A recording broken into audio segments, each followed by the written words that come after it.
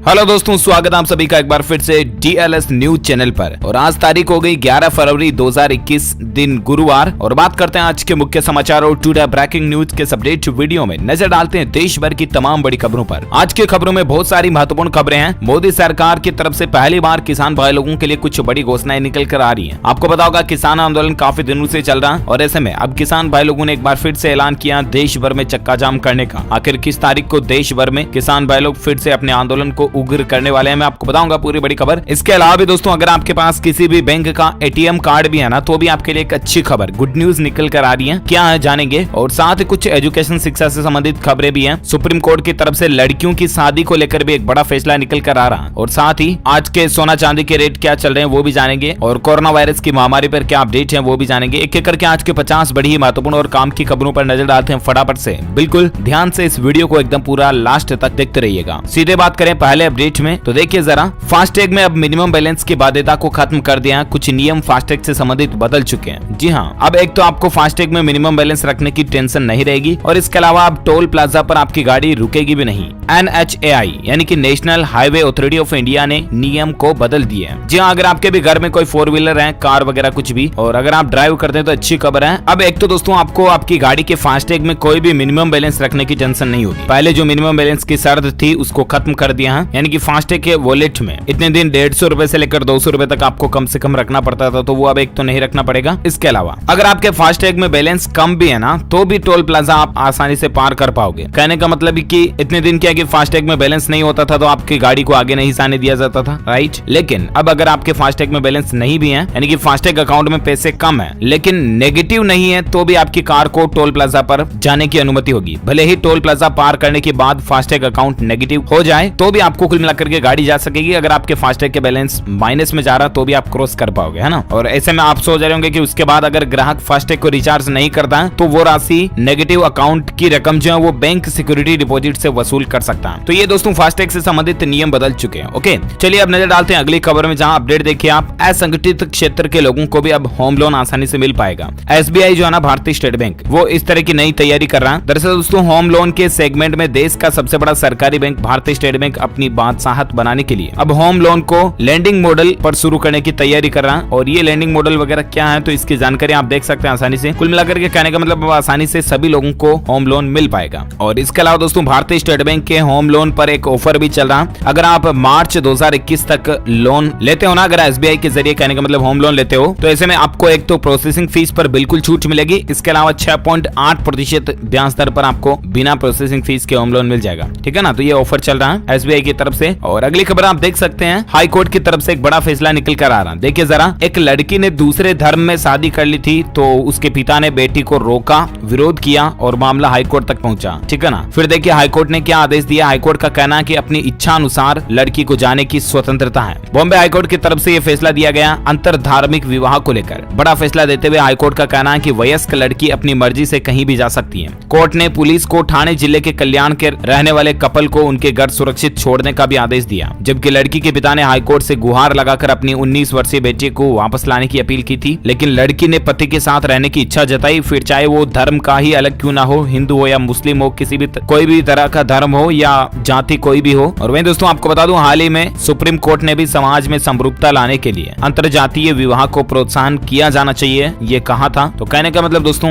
यही है कि लड़कियां आजाद हैं, कहीं भी जा सकती हैं, आ सकती हैं। लेकिन लड़कियों से भी मेरी एक रिक्वेस्ट और गुजारिश है पर्सनली मेरी तरफ से, कि आप ऐसा कोई भी डिसीजन लेने से पहले अपने माँ बाप के दिल को ध्यान में रख करके लें तो ज्यादा बेहतर होगा। बाकी आपकी लाइफ, आपकी जिंदगी, आप स्वतंत्र हैं। खैर अगली खबर देखिए दोस्तों, पंजाब एंड हरियाणा हाईकोर्ट की तरफ से भी एक बड़ा फैसला निकल कर आ रहा है कि अगर पति का वेतन बढ़ता है तो फिर पत्नी के अंतरिम गुजारा भत्ते में भी बढ़ोतरी की जानी चाहिए। कई बार ऐसा होता है ना दोस्तों कि कई पति पत्नी के बीच में मामला बैठता नहीं है और दोनों अलग अलग रहते हैं। ऐसे में पति को पत्नी की गुजारा भत्ता के लिए मतलब भत्ता वगैरह देना पड़ता है। तो ऐसे में पंजाब एंड हरियाणा हाईकोर्ट का कहना है कि अगर पति का वेतन तनख्वाह बढ़ती है तो पत्नी का भी भत्ता वगैरह बढ़ाना चाहिए, है ना। चलिए अगली खबर देखिए, राम मंदिर मॉडल के रूप में तैयार होगा अयोध्या रेलवे स्टेशन। रेलवे खर्च करेगा 100 करोड़ रुपए। जी हाँ दोस्तों, भारतीय रेलवे ने यात्री सुविधा योजना के अंतर्गत ही अयोध्या में बनने जा रहे श्री राम मंदिर के लिए प्रसिद्ध अयोध्या रेलवे स्टेशन को और भी ज्यादा अत्याधुनिक आकर्षक बनाने की तैयारी कर ली है। और इसके लिए 50 करोड़ रुपए अलग से प्रावधान रखा गया। कुल मिलाकर के अयोध्या में जो रेलवे स्टेशन बनेगा ना, वो एक राम मंदिर के मॉडल की तरह दिखाई देगा आपको। अमेजिंग, एकदम लग्जरी और स्टाइलिश। इसके अलावा यूपी की योगी सरकार की की एक और प्लानिंग भी देखिए आप, खेतों में सोलर प्लांट लगाकर बिजली बेचेगा किसान, गांव-गांव बायोगैस जैसी यूनिटें लगाई जाएगी। जी हाँ, दरअसल योगी सरकार की योजना है कि प्रदेश के पिछड़े माने जाने वाले गाँव में बायोगैस, फ्लाई एश वृक्ष और जैविक खाद्य प्रसंस्करण यूनिट जैसी तमाम इकाइयां लगाई जाए, ताकि जहां पर भी मतलब किसान भाई लोगों की बेकार और बंजर भूमि जमीन वगैरह पड़ी है ना, उन खेतों में बिजली पैदा होगी, ताकि किसान अनाज के साथ साथ बिजली भी बेच पाएगा और उससे भी पैसे कमा पाएगा। तो ये वाकई में योगी सरकार की एक अच्छी प्लानिंग है। चलिए साथ ही अगली खबर देखिए दोस्तों, अगर आपके पास भी बैंक का एटीएम कार्ड है तो आपके लिए अच्छी खबर है। खुशखबरी देखिए, बैंक ग्राहकों को एक खास सुविधा मिलने जा रही है। अब बिना टच किए एटीएम से आप पैसा निकाल पाओगे। दरअसल आपको पता होगा, जब कोरोना वायरस की महामारी का मसला बहुत ज्यादा चल रहा था ना, उस दरमियान मतलब चीजों को टच करने की अनुमति भी नहीं थी। आपको पता होगा मंदिर में घंटी वगैरह को भी हटा दिए गए। इसी तरह से मतलब रेल में भी, ट्रेन में, बस में भी खिड़की के पकड़ने वाले हत्थे को सबको सैनिटाइज वगैरह किया जाता था, क्योंकि कहने का मतलब कुल मिलाकर के टच करने से भी वायरस फैलने की संभावना रहती है, राइट। ठीक ऐसे ही सावधानियां हमें एटीएम में भी बरतने की चेतावनी दी गई थी कि एटीएम का इस्तेमाल करने के बाद हाथों को सैनिटाइज वगैरह करना चाहिए। लेकिन अब नई टेक्नोलॉजी सामने आ रही है, जिसके तहत आप एटीएम से पैसा निकालने के लिए जाओगे ना, तो आपको एटीएम को टच करने की ही जरूरत नहीं है, मतलब हाथ लगाने की भी जरूरत नहीं है। सीधा आपको एटीएम की स्क्रीन पर एक क्यूआर कोड मिलेगा और जैसे ही उस क्यूआर कोड को आप अपने मोबाइल में स्कैन करोगे ना, आपका ट्रांजैक्शन हो जाएगा और पैसे ले और बाहर आ जाओ। दरअसल मास्टर कार्ड जो है ना, उसने अब पूरी तरह से संपर्क रहित है, बोले तो कॉन्टेक्ट लेस कैश विड्रॉल की सिस्टम या टेक्नोलॉजी शुरू की है। इसके लिए एजीएस ट्रांजेक्ट टेक्नोलॉजीज के साथ में मास्टर कार्ड ने एक साझेदारी की है, पार्टनरशिप, और एटीएम कार्ड धारक अब बिना एटीएम की स्क्रीन और बटन को छुए भी पैसा निकाल सकेंगे।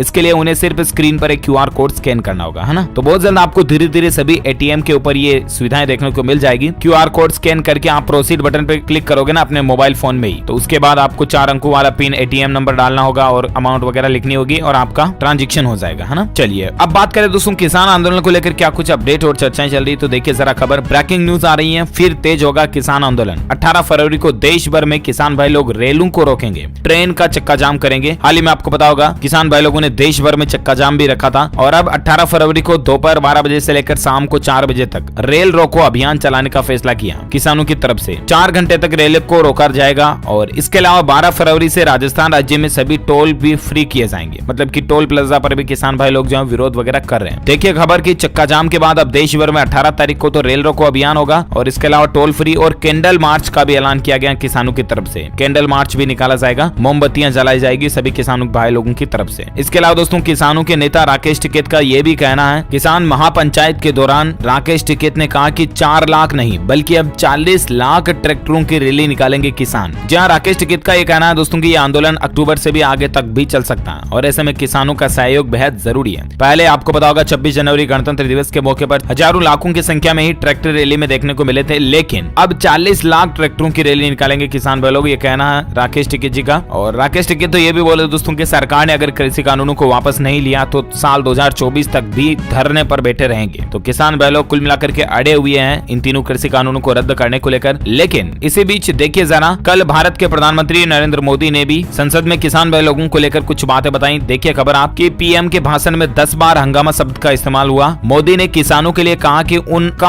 आंदोलन तो पवित्र है, लेकिन आंदोलन जीवी जो है वो उसे अपवित्र कर रहे हैं। कई सारे आंदोलनकर्ता, उनका कहने का मतलब ऐसे हैं जो कि इस किसान आंदोलन को अपवित्र कर रहे हैं। बाकी किसान भाई लोगों का आंदोलन पवित्र है, जायज है। पीएम मोदी ने कहा कि दंगाबाज, संप्रदायवादी, नक्सलवादी जो जेल में बंद हैं, किसान आंदोलन में उनकी मुक्ति की मांग करना कहां तक सही है। किसानों के आंदोलन को अपवित्र करने का काम आंदोलन जीवियों ने किया है। पीएम मोदी ने संसद में यह भी कहा कि कृषि कानून ऐच्छिक है, न कि बाध्यकारी है। आंदोलन जीवी पवित्र आंदोलन को अपवित्र बना रहे हैं। पीएम मोदी ने कहा कि 21वीं सदी में 18वीं सदी की सोच नहीं चल सकती है। मौजूदा वक्त में कृषि को आधुनिक बनाना जरूरी है। बाजार के मुताबिक कृषि क्षेत्र में उत्पादन हो, इसके लिए प्रयास करने ही होंगे। वहीं प्रधानमंत्री ने इस अवसर पर यह कहा कि कृषि कानून ऐच्छिक है, न कि बाध्यकारी है। कुल मिलाकर के लोकसभा में विपक्ष पर भी जमकर बरसे पीएम नरेंद्र मोदी। उनके भाषण के कुछ खास पॉइंट जो रहे, उन्होंने कहा एक तो कि भगवान ने बचाया, इसके अलावा अफवाहों का शिकार हुए किसान भाई लोग, ये भी उनका कहना रहा। वहीं किसानों के फायदे के लिए ये कानून लाए गए हैं। इसके अलावा आंदोलन को अपवित्र किया गया और अर्थव्यवस्था के सुधार चलते रहे। आत्मनिर्भर भारत का भी उन्होंने कल जिक्र किया और जन धन, आधार, मोबाइल ट्रिनिटी से बदलाव भी हुए, ये भी कहना था पीएम मोदी का। तो ये कुछ खास बातें और चर्चाएं रही कल ही संसद लोकसभा में भाषण के दौरान। और इसके अलावा पीएम मोदी ने कहा दोस्तों की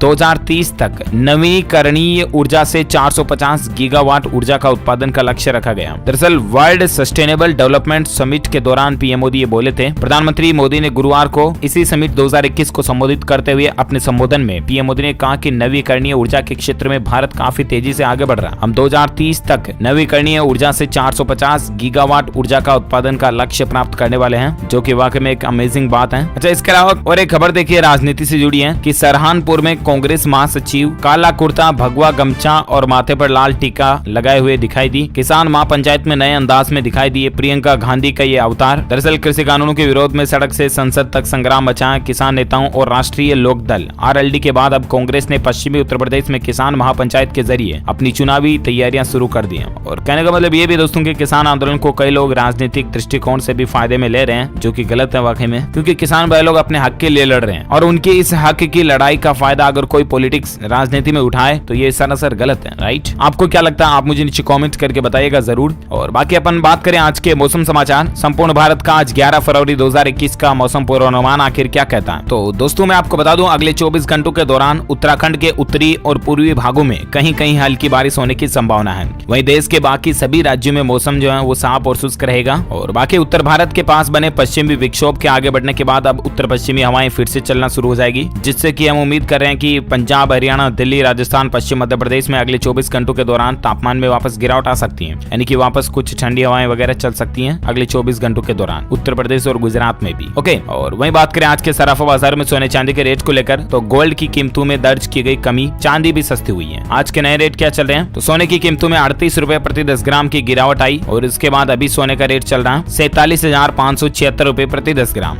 और वहीं चांदी की बात करें दोस्तों, तो चांदी में 783 रुपए की गिरावट आई और उसके बाद अभी चांदी का रेट 68,884 रुपए प्रति किलोग्राम पर पहुंच गया। ओके, तो ये तो रहा आज का सराफा अपडेट। और वहीं कोरोना वायरस को लेकर खबर देख पा रहे होंगे दोस्तों की फरवरी महीने में दुगुनी वैक्सीन निर्यात करेगा भारत। 25 देशों को तकरीबन 2.5 करोड़ डोज भेजने की मंजूरी मिल चुकी है। दरअसल भारत ने पुणे स्थित सीरम इंस्टीट्यूट ऑफ इंडिया में तैयार हुई ऑक्सफोर्ड एस्ट्राजेनेका की वैक्सीन के लगभग 1.5 करोड़ से भी ज्यादा डोज 20 देशों को दिए हैं। इसमें भारत ने करीब 63 लाख डोज 13 देशों को मुफ्त में भी दिए हैं, जो कि वाकई में भारत के लिए अच्छी बात है। मतलब भारत के दिल देके दोस्तों की दूसरे देशों को फ्री में कोविड वैक्सीन दे रहा है। और बाकी भारत में ताजा कोविड डेटा की बात करें तो देखिए अभी भारत में कुल संक्रमितों की संख्या जो है वो 1,08,69,000 से ज्यादा हो चुकी है, जिसमें 1,39,000 के लगभग एक्टिव केस चल रहे हैं। और राहत की बात यह दोस्तों की एक्टिव केस की संख्या लगातार गिरावट आ रही है। और बाकी भारत में इस वायरस के कारण कुल जान जाने वाले मरने वालों की संख्या का आंकड़ा 1,55,300 से भी ज्यादा पहुंच चुका। तो ये तो रहा कोविड डेटा। और बाकी दोस्तों स्कूलें खुलने को लेकर एक अपडेट आ रहा कि 18 फरवरी से नर्सरी में एडमिशन की प्रक्रिया शुरू हो जाएगी। राजधानी दिल्ली को लेकर ये खबर है। दरअसल कोरोना वायरस की महामारी के बाद आपको पता होगा कि नई क्लासेज के एडमिशन वगैरह तो बंद ही हो गए थे और खास करके छोटे छोटे बच्चों के स्कूल जाने का सिस्टम तो मतलब बंद ही हो गया। कई बच्चों को तो ये भी पता नहीं कि वो कौन सी क्लास में पढ़ते थे। तो अब कहने का मतलब ये कि राजधानी दिल्ली में दिल्ली सरकार के शिक्षा विभाग की तरफ से ये घोषणा की गई है कि अब स्कूलों में नर्सरी और अन्य क्लासेज के लिए वापस नए एडमिशन की प्रक्रिया जल्द ही शुरू हो जाएगी, है ना।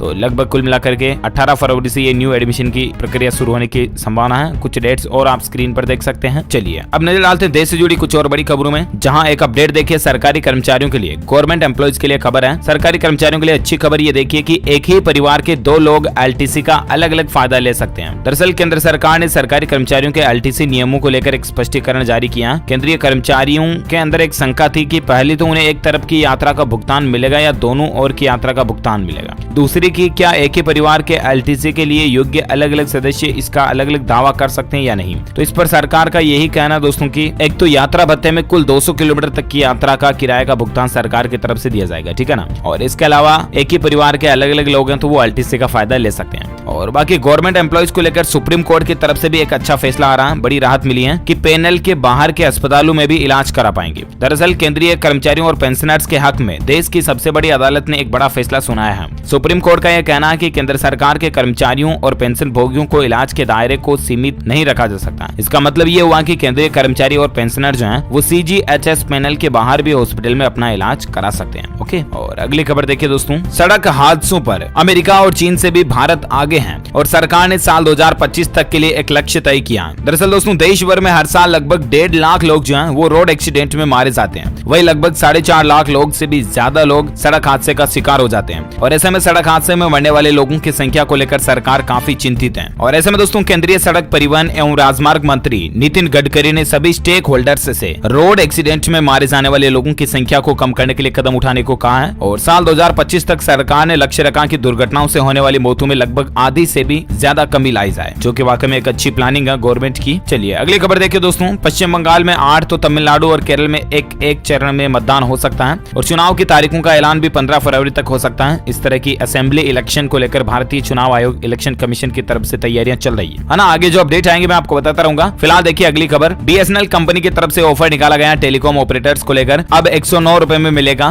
10 GB डेटा, फ्री कॉलिंग और 75 दिन की वैलिडिटी भी मिलेगी, यानी कि 109 रुपए में आपको 10 GB डेटा मिलेगा 75 डेज के लिए और वहीं आपको कॉलिंग वगैरह भी मिलेगी। तो ये बीएसएनएल के ग्राहकों के लिए अच्छी ऑफर है। और एक खबर देखिए दोस्तों, ये मासूम की जो तस्वीर आप स्क्रीन पर देख पा रहे होंगे ना, ये महज 5 महीने की बच्ची है और इसको 22 करोड़ का एक इंजेक्शन लगाना है क्योंकि इसकी एक दुर्लभ बीमारी है। अगर इसकी जान को बचाना तो 22 करोड़ रुपए का इंजेक्शन लगेगा जो कि बाहर फॉरेन से आएगा और ऐसे में 16 करोड़ लोगों ने इसके लिए पैसे भी जुटाए हैं और इसके लिए फंड की व्यवस्था भी हो चुकी है। लेकिन अब देखिए मोदी ने भी इसकी मदद करते हुए पीएमओ की तरफ से 6 करोड़ रुपए का इस इंजेक्शन पर टैक्स भी माफ कर दिया गया सरकार की तरफ से, जो कि वाकई में एक अच्छी बात है। एक नन्ही सी मासूम परी के लिए करोड़ों लोगों ने फंड जुटाया, जो कि वाकई में मतलब एक अच्छी बात है और सरकार की तरफ से भी इस परी के लिए 6 करोड़ रुपए का टैक्स माफ किया गया। क्राउड फंडिंग के जरिए इसके इंजेक्शन का पैसा जुटाया गया। ये देख सकते हैं आप गवर्नमेंट ऑफ इंडिया का ऑफिशियल लेटर पैड भी। और चलिए अगली खबर देखिए दोस्तों के सुप्रीम कोर्ट ने गरीब स्टूडेंट्स को गैजेट्स देने संबंधी आदेश पर भी रोक लगा दी है।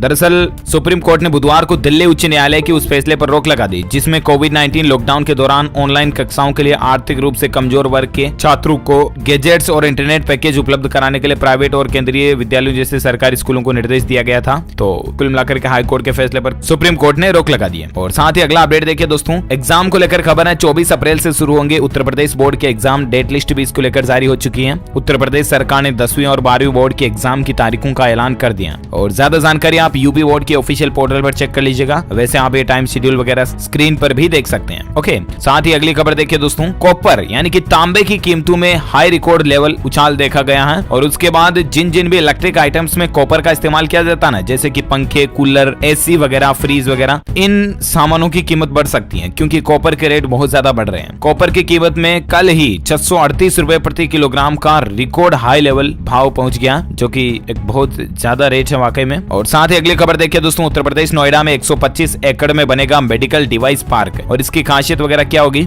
मैं आपको बता दूं। दरअसल देश में बनने वाले कुल 4 मेडिकल डिवाइस पार्क में एक जो है वो एक यमुना एक्सप्रेसवे के किनारे 125 एकड़ जमीन में बनेगा। इस मेडिकल डिवाइस पार्क को यमुना एक्सप्रेस डेवलपमेंट अथॉरिटी तैयार करेगी और इस प्रोजेक्ट की कीमत तकरीबन 250 करोड़ रुपए आंकी जा रही है, जो कि यूपी के लोगों के लिए अच्छी बात है। और साथ ही अगली खबर देखिए आप, खेल समाचार को लेकर अपडेट है। पिछले 15 साल में इंग्लैंड सबसे सफल रही है। इंग्लिश टीम ने भारत में 15 में से 4 टेस्ट जीते, बाकी 8 विदेशी टीमें मिलकर 54 में से 3 टेस्ट ही जीत सकी हैं। दरअसल भारत वर्सेस इंग्लैंड के बीच जो टेस्ट सीरीज चल रही है उसको लेकर स्कोर वगैरह का आंकड़ा आप स्क्रीन पर टेबल में देख सकते हैं। और साथ ही अगली खबर देखिए, उत्तर प्रदेश नोएडा में एक और नई व्यवस्था शुरू हुई है। शहर में प्रॉपर्टी खरीदने पर अब आपको सिर्फ एक पन्ने के सर्टिफिकेट के तौर पर रजिस्ट्री करानी पड़ेगी। करने का मतलब अब आपका रजिस्ट्री में पैसा थोड़ा कम लगेगा, ज्यादा नहीं लगेगा। रजिस्ट्री का नाम आते ही आपको पता होगा कि कई सारे कागजात जो दिमाग में आने लगते हैं कि यार फलाना टीम का स्टाम्प वगैरह वगैरह, लेकिन अब उत्तर प्रदेश नोएडा में प्रशासन की तरफ से व्यवस्था की गई है जहां पर सिर्फ आपको एक पन्ने का प्रमाण पत्र रजिस्ट्रार कार्यालय उपलब्ध करवाएगा। इससे आपको ज्यादा डॉक्यूमेंट्स मेंटेन भी नहीं करने होंगे और पैसा भी कम लगेगा, है ना। और अगली खबर देखिए दोस्तों, पेट्रोल डीजल नहीं बल्कि पानी से चलेगी अब आपकी कार। आईआईटी दिल्ली के वैज्ञानिकों ने खास टेक्नोलॉजी खोजी है। जी हाँ, और अगर ये तकनीक वाकई में भविष्य में जाकर सक्सेस होती है तो ये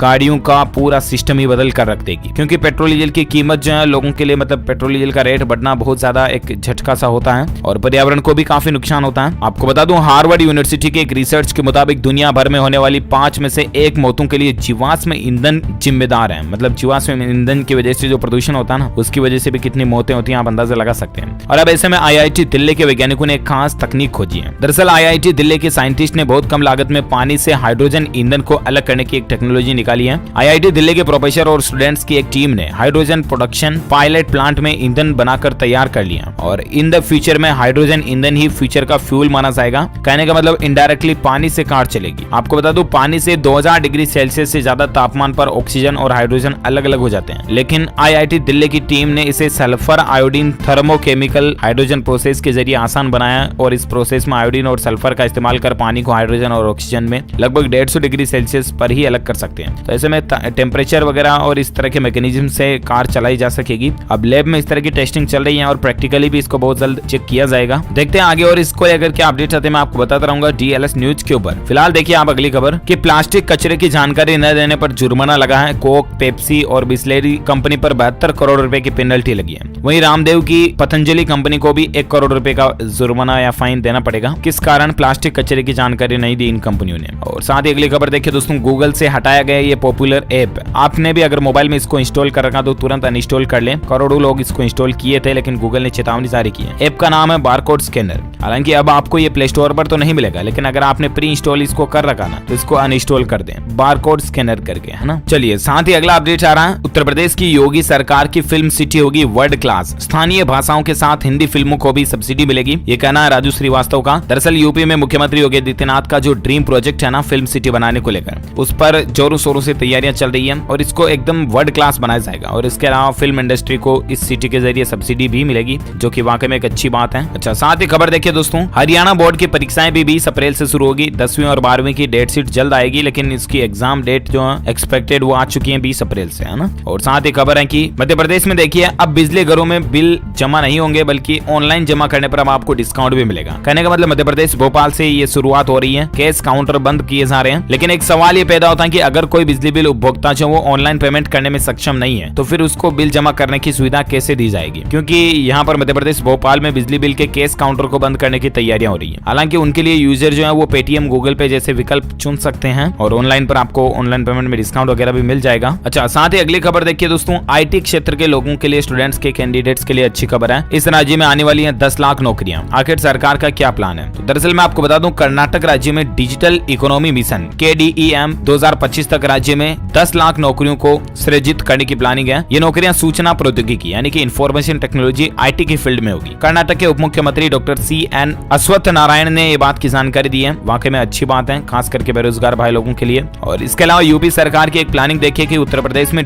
डिजिटल होंगे भू अभिलेख। खतौनी के लिए कितना चार्ज वगैरह देना पड़ेगा? तो दरअसल उत्तर प्रदेश सरकार ने स्वामित्व योजना और भू अभिलेखों के डिजिटलीकरण करने के रास्ते को लेकर बाधाएं दूर कर दी हैं और यूपी बजट में आपको इस तरह का नया चेंजेस भी देखने को मिल सकता है। 5 पन्नों से ज्यादा की खतौनी पर अतिरिक्त चार्ज देना पड़ेगा, बाकी 5 पन्नों तक में आपको चार्ज न के बराबर लगेगा। आवेदन पत्र के साथ 15 रुपए, 5 पृष्ठों से ज्यादा की संख्या रखने पर प्रति पृष्ठ आपको 1 रुपया चार्ज देना पड़ेगा। चार्ज भी ज्यादा नहीं है और डिजिटलीकरण हो जाएगा, तो आपको कुल मिलाकर के आपकी जमीन का लेखा चौका, कागजात, पांडा वगैरह जो कोई भी है वो डिजिटल फॉर्मेट में मिल पाएंगे, है ना। ओके दोस्तों, तो इस कड़ी में आज दिन भर की तमाम बड़ी खबरें, मुख्य समाचार, हेडलाइंस, न्यूज का अपडेट वीडियो ये फिनिश होता है। वैसे आप मुझे नीचे कमेंट करके जरूर बताएगा कि दोस्तों क्या आपके राज्य में भी स्कूल खुल गए हैं, और अगर खुल गए हैं तो कौन कौन सी क्लास तक के स्कूल खुल चुके हैं। कमेंट करके बताइए कौन से राज्य में रहते हैं आप। और बाकी इस वीडियो को लाइक करना, शेयर भी करना अपने दोस्तों के साथ फेसबुक और व्हाट्सएप पर। और हाँ, आपसे एक रिक्वेस्ट है कि इस वीडियो के नीचे लाल बटन मिलेगा, आपको उसको दबा करके चैनल को भी सब्सक्राइब कर लेना और पास में घंटी का बटन बन के आएगा, उसको भी दबा देना, ताकि आप DLS न्यूज फैमिली का एक हिस्सा बन जाओगे, जो कि वाकई में दमदार बात है। आपको रोजाना की ताजा खबरें और काम के न्यूज अपडेट तुरंत आपके मोबाइल पर मिलते रहेंगे। ओके, मिलेंगे अगले नेक्स्ट वीडियो में, तब तक के लिए thank you, take care, goodbye, जय हिंद, जय भारत, वंदे मातरम।